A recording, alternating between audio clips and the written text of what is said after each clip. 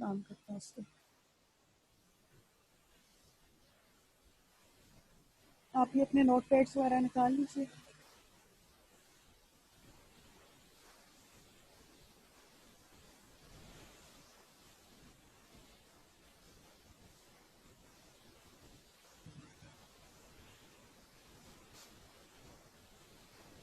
Topic chapter number 5,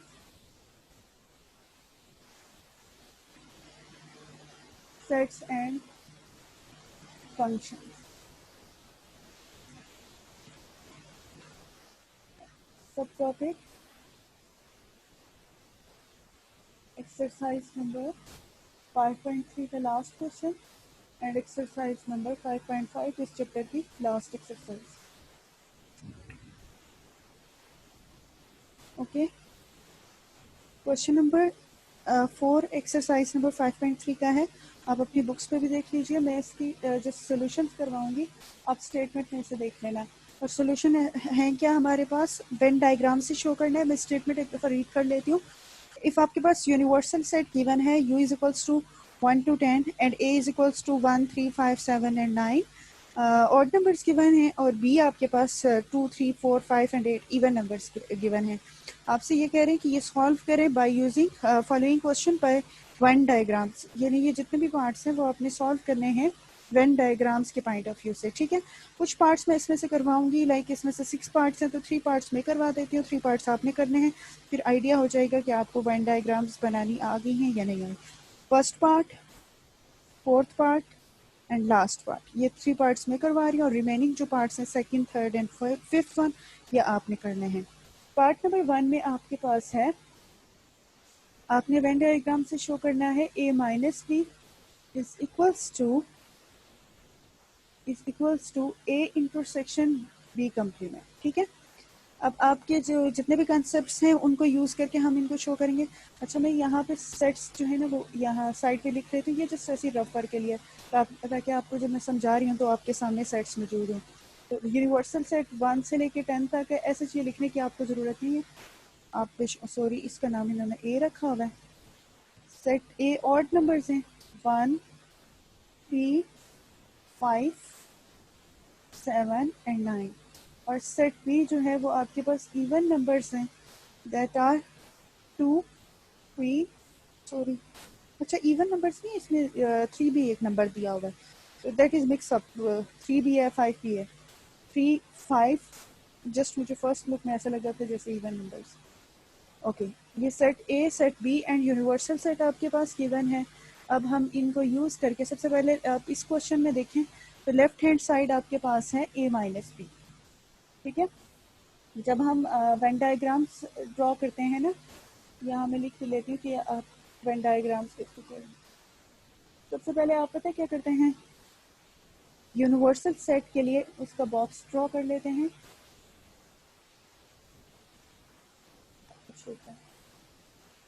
share form का box,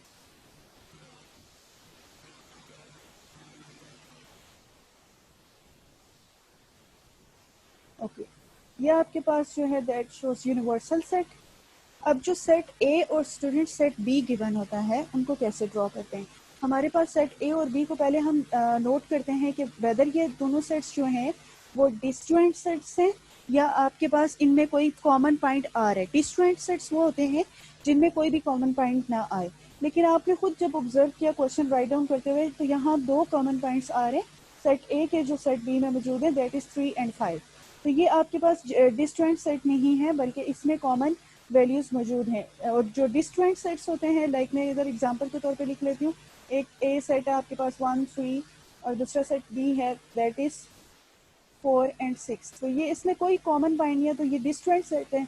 जब इनको ड्रॉ करेंगे ना, सेट ए इस तरह हो गया और ये सेट बी हो गया, तो इनमें कोई कॉमन पॉइंट नहीं है, ये सेपरेट हो गए। लेकिन जब हम वो जो हमारे पास सेट्स मौजूद होते हैं जिनमें कॉमन पॉइंट्स होते हैं उनको ड्रॉ करते हैं, तो उनको कैसे ड्रॉ करेंगे, लाइक वो इस तरह ड्रॉ हो जाएंगे, वो ओवरलैप करेंगे एक दूसरे के ऊपर, और जो उनके कॉमन पॉइंट्स होंगे ना वो ओवरलैपिंग पोजीशन पे आ जाएंगे। मैं ड्रॉ करती हूँ तो आपको ज़्यादा अच्छे से क्लियर हो जाएगा।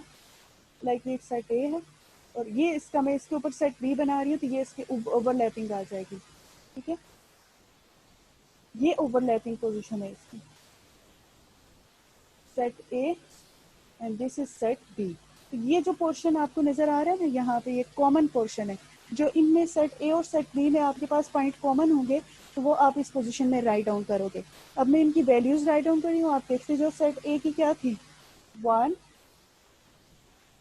3 एंड 5 जो हैं वो कॉमन पॉइंट्स आ रहे हैं, तो वो आप ओवरलैपिंग पोजीशन पे यहाँ 3 एंड 5 राइट डाउन कर रहे हैं, ठीक है। बाकी जो सेट ए का एलिमेंट्स है 7 और 9, वो इसको इसी तरह 7 और 9 राइट डाउन कर रहे हैं। अब सेट बी के देखें, 2 4 3 और 5 तो कॉमन पोजीशन पे आ गए, 4 एंड 8, ठीक है। ये आपका पहला स्टेप हो जाता है वेन डायग्राम्स का बनाने का। यूनिवर्सल सेट में अब आपके पास 1 से लेके काउंटिंग 10 तक थी। अब ये सेट ए और सेट बी तो यूनिवर्सल के अंदर ही मौजूद है ना। अब आप देखिए कि कौन सा ऐसा नंबर है जो सेट ए और सेट बी में मिसिंग है, उसको हम यहाँ राइट डाउन कर लेंगे। तो अगर आप ऑब्जर्व करें तो हमारे पास एक 6 नंबर नहीं है एंड सेकेंड वन इज 10। तो 6 और 10 जो यूनिवर्सल का है वो सेट ए और सेट बी में मौजूद नहीं है, इसलिए हमने उसे यूनिवर्सल सेट में इस तरह राइट डाउन कर लिया, ठीक है। अब हमने ड्रॉ करनी है left hand side diagram. Draw तो कर चुके हैं ऑलरेडी।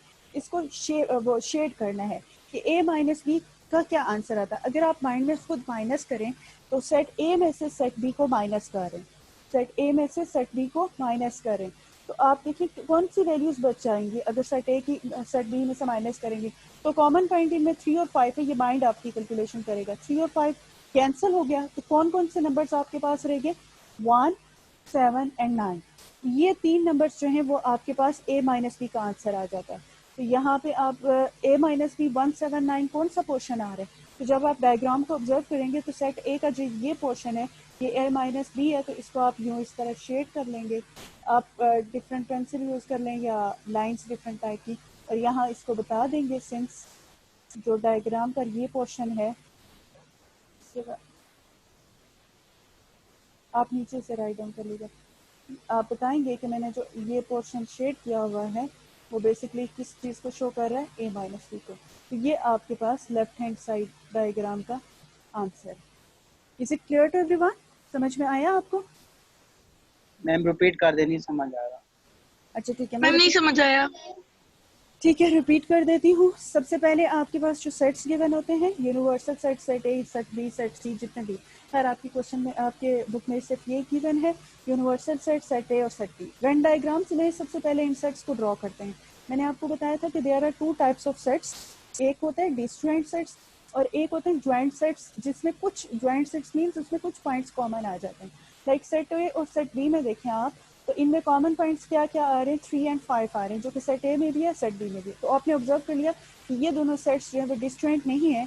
तो आफ्टर ड्राइंग यूनिवर्सल सेट के लिए बॉक्स बनाते हैं, और उसके बाद सेट ए और सेट बी को जब आपने बनाया तो ये ओवरलैपिंग सेट थे, इस टाइप के सेट नहीं थे कि डिस्जॉइंट है।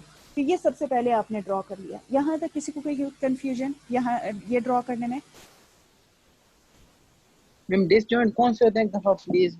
ये डिसजॉइंट सेट्स ये हैं लाइक सेट ए और सेट बी है ना, इनमें कोई कॉमन पॉइंट नहीं है। देखो 1 और 3 है और इसके क्या पॉइंट्स है, सेट बी के 6 हैं, तो इसमें कोई कॉमन पॉइंट नहीं है, तो ये डिसजॉइंट है। और जब इनको ड्रॉ करेंगे तो सेपरेट सेट ए और सेट बी यूनिवर्सल के अंदर इसको इनक्लोज कर देंगे। तो ये आपके पास जो है डिसजॉइंट सेट्स आ जाते हैं। लेकिन जो ज्वाइंट सेट्स होते हैं उनमें कॉमन पॉइंट्स होते हैं। लाइक आपके क्वेश्चन में जो सेट ए और सेट बी गिवन है, तो ये ज्वाइंट सेट्स हैं इसमें, क्योंकि सेट ए का 3 और 5 और सेट बी में भी 3 और 5 मौजूद है। तो जब इनको ड्रॉ करेंगे तो ये ओवरलैपिंग आ जाएंगे, ये इस तरह आ जाएंगे, यानी एक सेट हमने ड्रॉ किया और उसी के ऊपर हमने दूसरा ड्रॉ कर दिया, और ये इसका कॉमन पोर्शन है जिसमें हमने जो उनकी कॉमन वैल्यूज होती हैं वो राइट डाउन करते हैं, ठीक है। तो ये आपके पास ज्वाइंट सेट को शो करता है। इस क्वेश्चन में भी आपके पास सेट ए और सेट बी जो हैं वो ज्वाइंट सेट से, क्योंकि इसमें कुछ वैल्यूज जो हैं कॉमन है, तो आपने ए और बी ड्रॉ कर दिया और इसको ओवरलैपिंग ड्रॉ किया, ठीक है।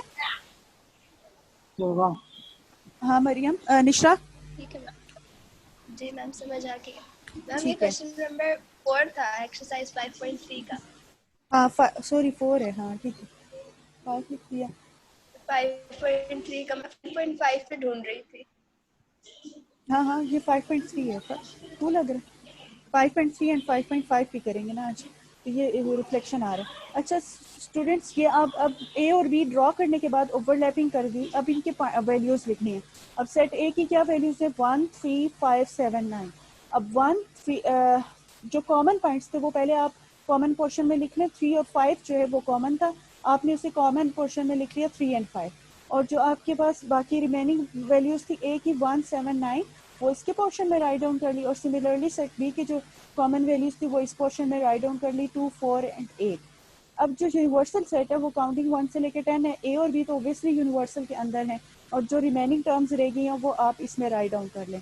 तो आपको नजर आ गया कि यहाँ पे सिर्फ जस्ट 6 और 10 नहीं है ए और बी में, वो आपने यूनिवर्सल में राइट डाउन कर लिया।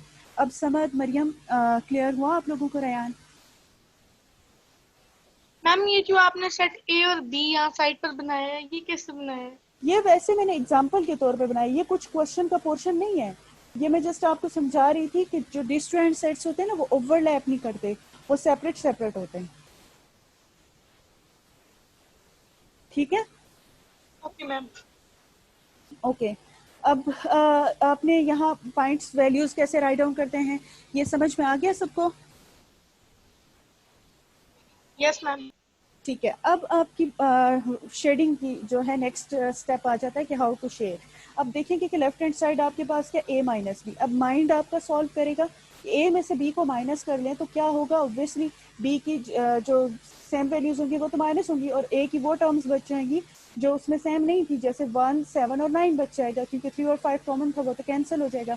तो आपने यहाँ से भी डायग्राम को भी ऑब्जर्व करके आप बता सकते हैं कि जब हमने ए माइनस बी किया तो ए का वो पोर्शन माइनस हो जाएगा जो बी में मौजूद है। तो कौन सा पोर्शन बी में मौजूद है ए का? ऑफ कोर्स ये ओवरलैपिंग वाला पोजीशन 3 और 5 वाला ये बी में मौजूद है, तो इसको शेड नहीं करेंगे, और बाकी रिमेनिंग जो आपके पास ए का पोर्शन बच जाता है वो उसको शेड करेंगे, क्योंकि ए माइनस बी का मतलब यही होता है कि जो ए का कॉमन पोर्शन होगा बी में वो माइनस हो जाएगा, जो रिमेनिंग उसका पोर्शन होगा उसको शेड आउट कर लेंगे। तो आपके पास आंसर आ जाता है 1 7 9 आ जाता है, और इसको आप किसी भी वे से शेड आउट कर शेड कर ले। मैंने इसको इस तरह लाइंस कर दी और यहाँ पे सिंस करके राइट डाउन कर दे, ताकि कि ये शो जो मैंने शेडिंग किया that shows A minus B. Is it clear to everyone?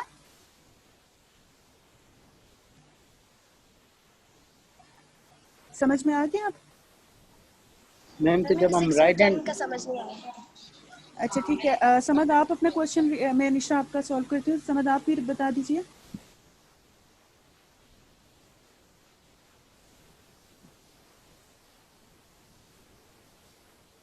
Ma'am ये जो आपने एक माइनस बी के आगे जो शेड किया है जी ये क्यों किया है? ये यहाँ सिंस करके जो लिखा है ताकि एग्जामिनर को पता चल सके कि हमने, क्योंकि यहाँ तो फिलहाल एक शेडिंग आ रही है ना, जब नेक्स्ट ऑनवर्ड क्वेश्चन आएंगे तो एक से ज्यादा शेडिंग होगी, तो हम हर शेडिंग को यहाँ आइडेंटिफाई करके बताएंगे कि this shade shows A minus B, और नेक्स्ट अगर इसमें तो है ये एक शेडिंग, नेक्स्ट कोई और शेडिंग होती तो उसको मैं हो सकता था मैं इसे ऐसे शेड कर लेती, लाइक मैं उसे कह देती ये मैंने डॉटेड शेडिंग जो की हुई है ये उसका शेड है, किसी और में मैं हॉरिजेंटल लाइंस शेड कर लेती। मतलब ये शो करेगा आपका कि आपने शेड कौन कौन सा पोर्शन किया हुआ है। इस क्वेश्चन में फिलहाल एक ही शेडिंग पॉइंट था, तो इसलिए कोई ऐसा इतना डिफिकल्ट नहीं है। मैं इसकी जब राइट हैंड साइड इस पोर्शन में करूंगी आप खुद देख लीजिएगा। अच्छा स्टूडेंट्स, क्लियर हो गया आप सबको ये? मैम जब Yes, right ma'am. Hand side ma'am जब हाँ राइट हैंड साइड करेंगे उसके साथ ये शेड लगाएंगे सिंस करके।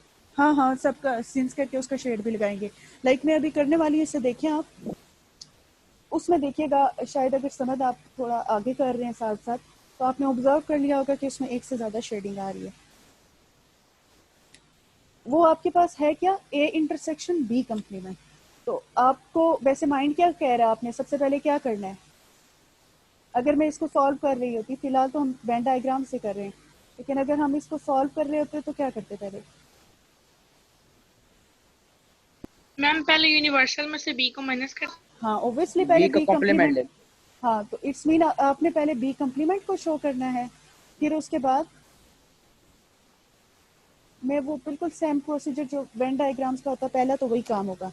यूनिवर्सल ड्रॉ किया, ओवरलैपिंग सेट्स थे ड्रॉ किए, ओवरलैप में जो कॉमन पोर्शन आ रहा था दैट इज 3 एंड 5, जो डिफरेंट था 1 7 एंड 9, और इसी तरह इसका जो डिफरेंट था वहाँ से देख लेते हैं दैट इज 2 4 एंड 8, और जो कॉमन वैल्यूज नहीं थी that is 6 and 10। Okay, right hand side आपके पास है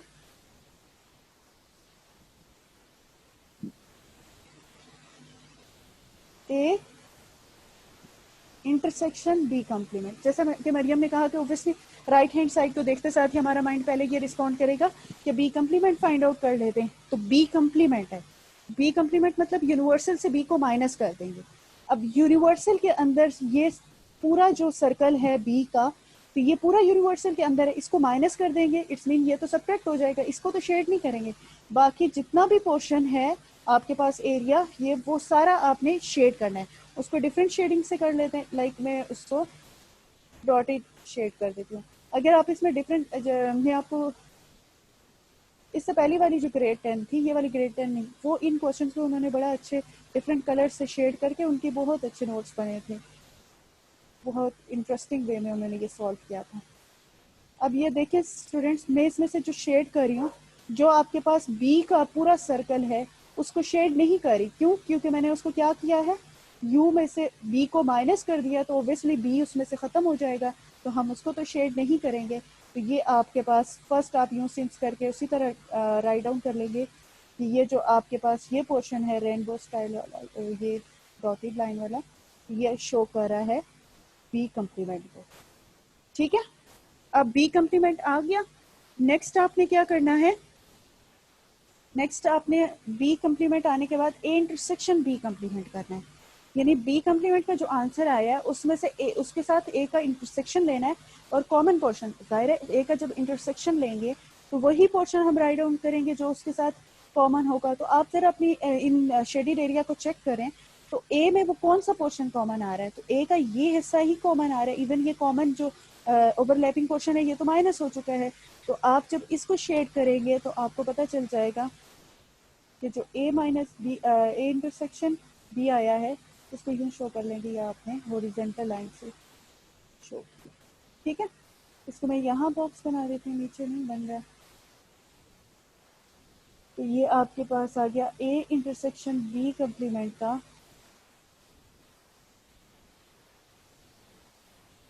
जो शेडेड पोर्शन है। पहले उसे बता दें कि वो पहले डॉट्स आ रहे हैं इस तरह,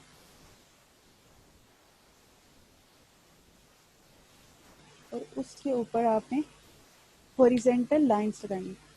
तो ये आपके पास जो शो कर रहा है, और हॉरिजॉन्टल लाइन भी ब्लैक से लगाएंगे।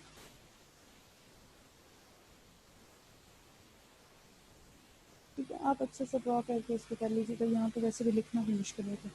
ठीक है, तो ये आपके पास शेडेड एरिया शो हो गया बी कॉम्प्लीमेंट का ये, और ए इंटरसेक्शन बी कॉम्प्लीमेंट का सिर्फ ये पोर्शन आ रहा है जो कि ए में भी, और यूनिवर्स जो आपके पास आंसर आया हुआ था बी कॉम्प्लीमेंट का, उसमें कॉमन पोर्शन जो है वो ए का ये हिस्सा आ रहा है। आपने डायग्राम से भी ऑब्जर्व कर लिया, आपका माइंड भी इसको सॉल्व करके बता सकता है कि जब इंटरसेक्शन बी के कॉम्प्लीमेंट के साथ लेंगे तो कॉमन वैल्यू आएगी, तो कॉमन वैल्यू वही होगी जो ए का और उसका कॉमन पोर्शन है वो है 179, तो इसका आंसर आ जाता है 179। और अगर आप लेफ्ट और राइट को ऑब्जर्व करें नंबर के लिहाज से, तो आपका फाइनल आंसर क्या आया 179, और इसका भी आंसर क्या आया राइट हैंड का लेफ्ट हैंड का 179, तो आपका आंसर भी सेम आ गया। Two Venn diagrams, is it clear to everyone या रिपीट करूं? ये बी कॉम्प्लीमेंट के बाद जो आपने करवाया वो रिपीट कर दें। अच्छा, बी कॉम्प्लीमेंट को रिपीट कर दूं? नहीं, उसके बाद जो करवाया ना। अच्छा, बी कॉम्प्लीमेंट के बाद, बी कॉम्प्लीमेंट क्लियर हो गया? हाँ जी मरियम, आप मैम, भी बोलो। आप ma'am right hand side repeat कर। अच्छा, कंप्लीट रिपीट कर दूं? ठीक है। आपने खुद कहा कि राइट हैंड साइड अगर हम देखें उसके देखते साथ कि हमारा माइंड रिस्पॉन्ड ये करता है कि पहले बी कॉम्प्लीमेंट लें, तो बी कॉम्प्लीमेंट आपको पता है कि यूनिवर्सल में से बी को माइनस कर देंगे, तो आपका माइंड भी फौरन कर देगा। आपकी जब ग्रिप होती है ना इन क्वेश्चंस में, तो आपको पता है कि यू में से बी को माइनस कर देंगे, मींस बी खत्म हो जाएगा। और यू तो ये पूरा पोर्शन, ये पूरा ब्लॉक्स ए और बी के अंदर यू पूरा है, उसमें से जब बी माइनस कर देंगे तो ये आपने इसको शेड नहीं करना, बाकी जितना भी पोर्शन है पूरा जो स्क्वायर है उस सब को आपने शेड कर दिया और इसमें से बी को आपने माइनस कर दिया। ठीक है, ये आपके पास क्या आ गया, बी कॉम्प्लीमेंट आ गया। अब जो नेक्स्ट स्टेप था, ए का इंटरसेक्शन लेना है बी के कॉम्प्लीमेंट के साथ। अब आपके पास जो बी कॉम्प्लीमेंट का आंसर आया, मैं अभी नंबर्स में बोलूँ तो मैं ये शेडेड एरिया से मैंने ऑब्जर्व किया, आपका आंसर आ रहा है 179 6 और 10, क्योंकि बी तो उसमें से माइनस हुआ हुआ है। ये बी कॉम्प्लीमेंट का आंसर है, जबकि ए आपके पास क्या है 179 3 और 5। अब आपने इसमें से सिर्फ क्या लेना था, इंटरसेक्शन। इंटरसेक्शन में क्या चीज होती है, कॉमन वैल्यू होती है। अब यूनिवर्सल सेट का जो आपके पास बी कम्प्लीमेंट आंसर आया हुआ है, सॉरी मैं ऐसे यूनिवर्सल बोल दी, बी कम्प्लीमेंट का जो आंसर आया हुआ है उसमें और ए में कौन सा पोर्शन कॉमन है? आपकी डायग्राम भी बता रही है कि ए का जो पोर्शन है 179 और जो यूनिवर्सल जो सॉरी बी कम्प्लीमेंट का आंसर आया उसका भी पोर्शन आ रहा है 179, तो ये दोनों में कॉमन आ रहा है। तो फाइनल जो आंसर आपका शेड होगा वो आप हॉरिजॉन्टल लाइन या व्हाटएवर जैसे भी आप शेडिंग करने चाहें, कलर्स की करें तो वो ज़्यादा अच्छा है। तो ये आपके पास हॉरिजॉन्टल लाइन से आपने शेडिंग करके बता दिया कि ए इंटरसेक्शन बी कम्प्लीमेंट का आंसर आ गया 179। तो ये फाइनल आप उसकी वैल्यू राइट डाउन कर लेंगे। Is it clear to everyone? Yes ma'am. Good. समझ आपको हम क्लियर हो गया? शेडिंग क्यों कर रहे हैं? शेडिड हाँ, ये usually वेन डायग्राम्स प्रोसीजर है। हमने तो वैसे आपने ये क्वेश्चन उससे डिफरेंट यूनियन इंटरसेक्शन कम्प्लीमेंट ये जो ऑपरेशंस थे, सब्ट्रैक्शन क्या क्या था, और इंटरसेक्शन में कॉमन पॉइंट और यूनियन में जो है वो साथ करके लिखे थे, ये ज्वाइन करके लिखे थे, वो आपने प्रोसीजर से इन क्वेश्चंस को सॉल्व कर लिया। अब हम एक डिफरेंट प्रोसीजर कर रहे हैं कि इनको सॉल्व करने का एक तरीका होता है वेन डायग्राम्स के थ्रू। तो वेन डायग्राम्स के थ्रू कैसे सॉल्व करते हैं? तो उसमें जो होता है ना शेडिंग, ये वेन डायग्राम्स है, इसको हम शेड करके बनाते हैं। जो फाइनल पोर्शन आता है वो शेडेड रीजन से पता चलता है कि क्या लेफ्ट और राइट का इक्वल आया नहीं। ये वेन डायग्राम्स जो हैं इनको इस तरह सॉल्व किया जाता है। ऐसे बोर्ड एग्जाम्स में कोई इसका इतना क्वेश्चन आता नहीं है, बट आपको ये पता होना चाहिए कि how to solve Venn diagrams की, बिकॉज फ्यूचर में आप किसी को भी पढ़ा सकते हैं तो एटलीस्ट आपको पता तो होना चाहिए कि वेन डायग्राम्स ड्रॉ कैसे करते हैं। तो इसको वैसे इंटरेस्टिंग सी चीज़ है, इसको ग्रिप में भी करें और इसकी प्रैक्टिस भी करें, इजीली आपसे हो जाएगा। अगर आपको ये मैम पार्ट्स समझ ये बोलो। जो हमने लेफ्ट हैंड साइड की है इसमें यू यूनिवर्सल ए और बी तीनों सेट्स को देख के वो ड्रॉ करना है या सिर्फ ए और बी को देख के करना है? ये तीनों को देखिए, यूनिवर्सल के अंदर ए और बी बस ड्रॉ करते हैं ना। यूनिवर्सल ड्रॉ किया, उसके अंदर ए और बी सेट को देखा ओवरलैपिंग हो रहे हैं तो ओवरलैप सेट बना दिए, फिर उसके बाद वैल्यूज लिखी और जो यूनिवर्सल की वैल्यूज ए और बी में नहीं आती उसको यूनिवर्सल वाले बॉक्स में लिख लेंगे और बाकी जो है ए और बी की जैसे वैल्यूज है एज इट इज आएंगे। तीनों सेट्स लिखते हैं, यूनिवर्सल भी और ए और बी यूनिवर्सल के अंदर बनाते हैं। मैम जब हम बना लेंगे हमें पता कैसे चलेगा कि हमने करेक्ट बनाई है या गलत? मैं हूँ ना, मुझे सेंड करना, मैं चेक करके बताऊँ। नहीं मैं पेपर की बात कर। एग्जाम्स में आप लोगों का जब देखें लेफ्ट है, आपका माइंड भी दो तरह से सॉल्व कर रहे हो ना आप लोग। एक दफा आप क्या कर रहे हो, थ्रू वेन डायग्राम्स कर रहे हो। तो जैसे आपने देखा, ऑब्जर्व कर लिया कि 179 आंसर इसका आया था और इसका भी 179 आया, आंसर इनका सेम ही आएगा। तो आप कैसे, आपको कैसे पता चलेगा कि वो आ रहा है या नहीं आ रहा? जैसे आपने, मैंने कहा कि बी कम्प्लीमेंट लें, तो आपका माइंड ने सॉल्व कर लिया था ना कि बी कम्प्लीमेंट यूनिवर्सल से बी को खत्म कर देना है, तो आपको पता चल गया कि वो शेडेड रीजन आ रहा है। जब आप ग्रिप कर लोगे ना, इनकी प्रैक्टिस कर लोगे, आपके लेफ्ट हैंड और राइट हैंड के आंसर सेम आ जाएंगे थ्रू शेडेड रीजन, तो फिर आपको पता चल जाएगा कि आपने ये क्वेश्चन बिल्कुल राइट डाउन किया है। और वैसे भी इसकी जब प्रैक्टिस हो जाएगी ना तो आपको ऐसा कोई डिफिकल्ट नहीं लगेगा, क्योंकि आपने इसको बॉदर नहीं किया हुआ जूनियर क्लासेस में, इसलिए आपको थोड़ा न्यू लग रहा है कि शायद कोई टफ चीज़ है। ऐसा कोई टफ नहीं है। और बोर्ड एग्जाम्स में पहली बात है, इन क्वेश्चंस को दिया नहीं जाता, लेकिन आपकी लग है, क्या पता आपको दे ही दें, वैसे फुल मार्क्स भी गेन कर सकते हैं। लेकिन अगर आपको लगता है कि हम इसमें कंफ्यूज हैं तो प्रेफर नहीं करना इस क्वेश्चन की चॉइस पर रहने दें। अभी प्रैक्टिस कर लें, अभी प्रैक्टिस करिएगा तो फिर मुझे बताना कि इसमें हमें डिफ़िकल्टी हो रही है वट, और बिल्कुल खुद अंडरस्टैंड करके करना है। फिर मैं आपकी मिस्टेक्स उसमें से पॉइंट आउट कर लूँगी, इधर अगर आपने कोई मिस्टेक उसमें की हुई है, अदरवाइज देखूँगी कि आपको ग्रिप आ गई या नहीं। अगर ये क्वेश्चन समझ में आ गया मुझे बता दीजिए, नेक्स्ट पार्ट की तरफ मूव करते हैं। मैम मुझे आगे अभी मैम। भी इसकी राइट साइड समझ नहीं आई। क्या कह रही हो मरियम? मुझे अभी भी इसकी राइट हैंड साइड समझ नहीं आई। एक दो पार्ट और करने दो ना, फिर उसके बाद आप देखना, आपको फिर खुद ऑटोमेटिकली समझ आता जाएगा। राइट हैंड साइड में ऐसा आपको बी कम्प्लीमेंट समझ में आ गया था? नो मैम, नहीं समझ में आया? बिल्कुल ऊपर से गुजर गया। अच्छा डोंट वरी, मैं इसको आपके जो स्कूल लेक्चर्स होंगे ना उस पर खुद साथ ही बैठ के एक दफ़ा रिपीट करवाऊंगी, तो उसमें भी आप लोगों को समझ आएगी। अभी जितना थोड़ा बहुत समझ आ रहा है उसको ट्राई करने की कोशिश करो। मैं फिर रिपीट कर दूँ या आप इस रिकॉर्डेड लेक्चर को एक दो दफ़ा सुन लेना, फिर तुम्हें मैं बताऊंगी कि देखने का आप लोगों को क्लियर होता है या नहीं। रिपीट करूँ या रिकॉर्ड सुना, रिकॉर्डेड मैम सुना रिपीट कर दी। कर दूँ?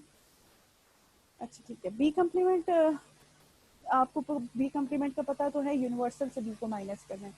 तो जब आप यूनिवर्सल से बी को माइनस कर लोगी, अब यहाँ स्पेस नहीं है तो लाइक आपके पास ये यूनिवर्सल सेट था बॉक्स के अंदर, ये सेट ए था और ये सेट बी था, ठीक है, ये ए है और ये बी है और ये यूनिवर्सल है। यूनिवर्सल से जब बी को माइनस कर दोगी तो ऑब्वियसली उसमें बी नहीं होगा ना, तो बी क्या हो जाएगा, खत्म हो जाएगा, उसको हम शेड ही नहीं करेंगे। अब बी का जो पोर्शन है उसको खाली रहने देंगे। मैं अगर इसका शेडिंग पूरा डार्क शेड कर देती हूँ ना, फिर आपको ज़्यादा शायद क्लियर हो जाए कि बाकी तमाम पोर्शन जो है वो शेड हो जाएगा, लेकिन इसमें जो बी का पोर्शन था, बी पूरा सर्कल जो है वो एज इट इज आ जाएगा। बाकी आपके पास u माइनस बी में से b को आपने माइनस कर दिया और u का जितना भी आपके पास रिमेनिंग सेट था वो सारा शेडिड हो गया और b उसमें से क्या हो गया, सब्ट्रैक्ट हो गया और वो अनशेडिड पोर्शन में इस तरह रह जाएगा। अब समझ में आई है? हम और अगर ए कॉम्प्लीमेंट होता तो फिर हम ए को सेपरेट रखते हैं हाँ, और फिर बाकी आपके बी पास को यहाँ पे शेडेड। क्या होता, लाइक ये आपके पास a कम्प्लीमेंट है तो a आपके पास अनशेडिड फॉर्म में आ जाता, यानी वो पूरा सर्कल, और b का आपका शेडिड फॉर्म में आ जाता। तो हो ये मैंने इनका कॉमन भी शेड कर दिया, पूरा सर्कल जो a है वो इसी तरह रह जाएगा और बाकी सारा आपके पास शेडिड आ जाएगा सिमिलरली। मैम इसका मतलब है जो शेडेड होता है वो हमारा आंसर होता है। Exactly, you got the point. जो आपके पास शेडिड रीजन होता है वो आपके पास आंसर होता है। हाँ, लाइक आपने इसको माइंड में भी सॉल्व करेंगे जब B complement U minus B, तो आपका आंसर आ जाता है। आपको पता चल गया कि 1 7 6 10, तो जहाँ जहाँ 1 7 6 10 है उस सबको शेड कर दो और जो 3 5 4 2 4 8 क्योंकि वो सब्ट्रैक्ट हो गए थे वो अनशेडेड रीजन में आ जाएंगे। यस, अब आपको जिनको समझ में नहीं समझ आ आ रही गया। थी वो इसको थोड़ा जो मरियम ने पॉइंट बोला है दैट्स मोर क्लेरिफाइंग पॉइंट कि जो शेडिड रीजन होता है that is basically answer of your question. ठीक है, ओके मैम समझ आ गई है। सही है।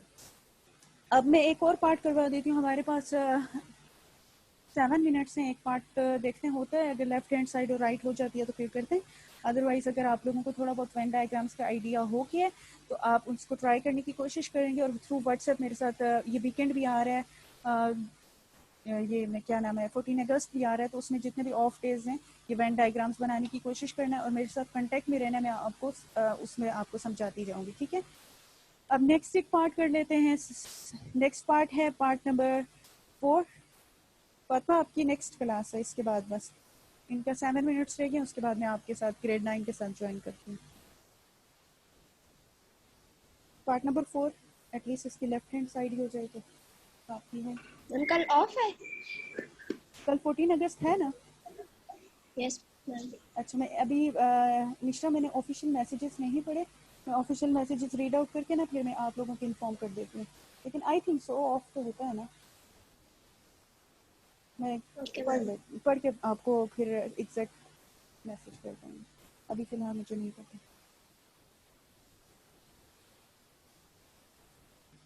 Okay, next part is part number 4, A intersection B whole complement is equals to A complement union B complement। इसकी बड़ी इंटरेस्टिंग सी डायग्राम बनेगी। अब इसमें आपको देखें तो एक से ज़्यादा आपके पास जो है सॉल्व करने के लिए कंसेप्ट आ रहे हैं। लाइक फर्स्ट में अगर आप देखें लेफ्ट हैंड साइड में, तो सबसे पहले आपको क्या, आपका माइंड क्या कह रहा है, क्या करना पड़ेगा, ए इंटरसेक्शन बी लेना पड़ेगा, फिर उसका जो आंसर आएगा उसको यू से माइनस करना पड़ेगा, कंप्लीमेंट लेना पड़ेगा। तो सबसे पहले आप इसको डायग्राम ड्रॉ कर लेते, कॉर्नर पे सही डायग्राम ही नहीं ड्रॉ होगी तो इस साइड पे कर देते मिड में, फिर राइट हैंड साइड अगर टाइम बचा तो कर लेंगे। यूनिवर्सल सेट,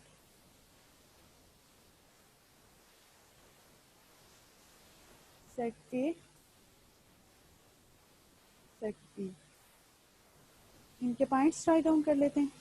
सेट ए कॉमन पॉइंट जो था दैट इज 3 and 5, 1 7 and 9, और इसके थे 2 4 and 8, और जो यूनिवर्सल सेट के इन सेट्स में मौजूद नहीं है दैट इज 6 और 10।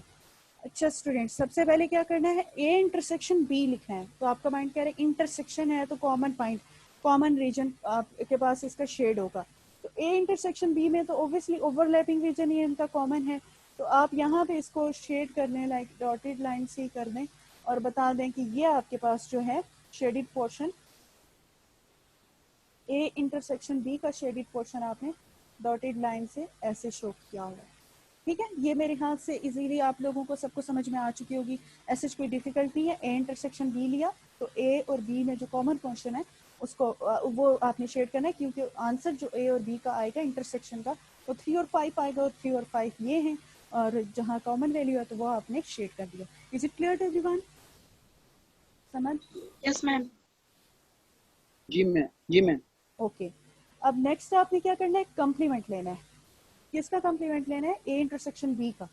ए इंटरसेक्शन बी आपके पास ये है, और यूनिवर्सल तो ऑब्वियसली ये पूरा सेट यूनिवर्सल है, तो यूनिवर्सल से ए इंटरसेक्शन बी माइनस कर देना है। ए इंटरसेक्शन बी मतलब 3 और 5 माइनस कर देना है। तो आपका माइंड खुद रिस्पॉन्ड कर चुका है कि 3 और 5 में जब ए इंटरसेक्शन बी में से माइनस करूंगी तो ये पूरा पोर्शन ए था, ये कंप्लीट बॉक्स सॉरी यू है, कंप्लीट बॉक्स यू है, उसमें से हमने ए इंटरसेक्शन बी 3 और 5 माइनस कर दिए, बाकी सारा आंसर हमारा क्या आ जाता है 1 7 9 2 4 8 6 और 10। इट्स मीन कि आपका जो बाकी शेडिड रीजन है वो उससे बेशक हॉरिजॉन्टल लाइन से शो कर लें कि इस रीजन के अलावा आपका पूरा बॉक्स जो है वो शेडिड आ है। Is it clear to everyone? Yes ma'am. ठीक है, ये आपका लेफ्ट टू राइट सारा अच्छा, ये इंटरसेक्शन भी 3 और 5 माइनस हो जाएंगे, बाकी सारा आपके पास ठीक है। अब आप इसमें तो खैर डायरेक्ट था, ए इंटरसेक्शन बी का होल कम्प्लीमेंट का आंसर जो है बॉक्स में वो आप बता दीजिए कि ये हॉरिजॉन्टल लाइंस है डायरेक्ट, वो जो हॉरिजॉन्टल लाइंस हैं वो शो करें ए इंटरसेक्शन बी को।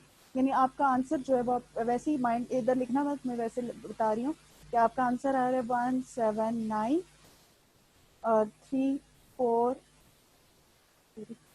2 4 2 4 8 6 और 10, ये आपका लेफ्ट हैंड साइड का आंसर आ रहा है। तो राइट हैंड साइड जब सॉल्व करेंगे तो सिमिलरली आपका इसी टाइप का आंसर आएगा। ठीक है, अच्छा स्टूडेंट्स, ये आपको लेफ्ट हैंड साइड सबको क्लियर हो गई है? Yes ma'am. यस।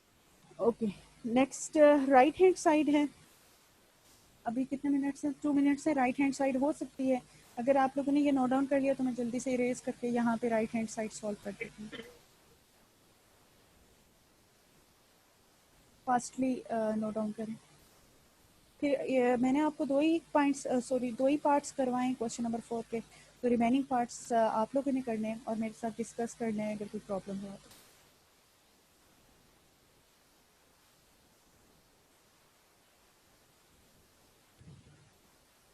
जल्दी से नोट डाउन करें, 2 मिनट्स।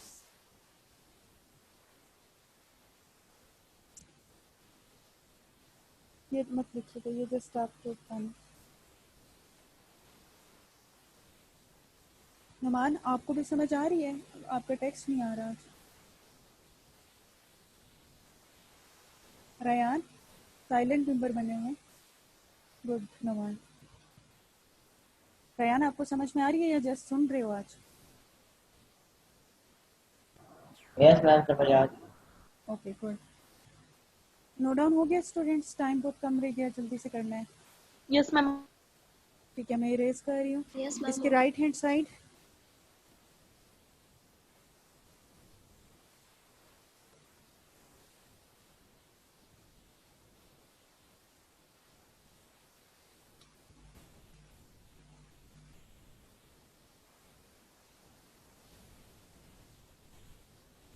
ये लेफ्ट और राइट हैंड साइड एक दूसरे के ऑपोजिट बनाते हैं या ऊपर नीचे बना सकते हैं? ऊपर नीचे बना सकते हैं, कोई इसमें वो हार्ड एंड फास्ट रूल नहीं है। ऊपर नीचे कर लिया करें। 3 और 5 1 7 and 9 2 4 and 8 6 और 10।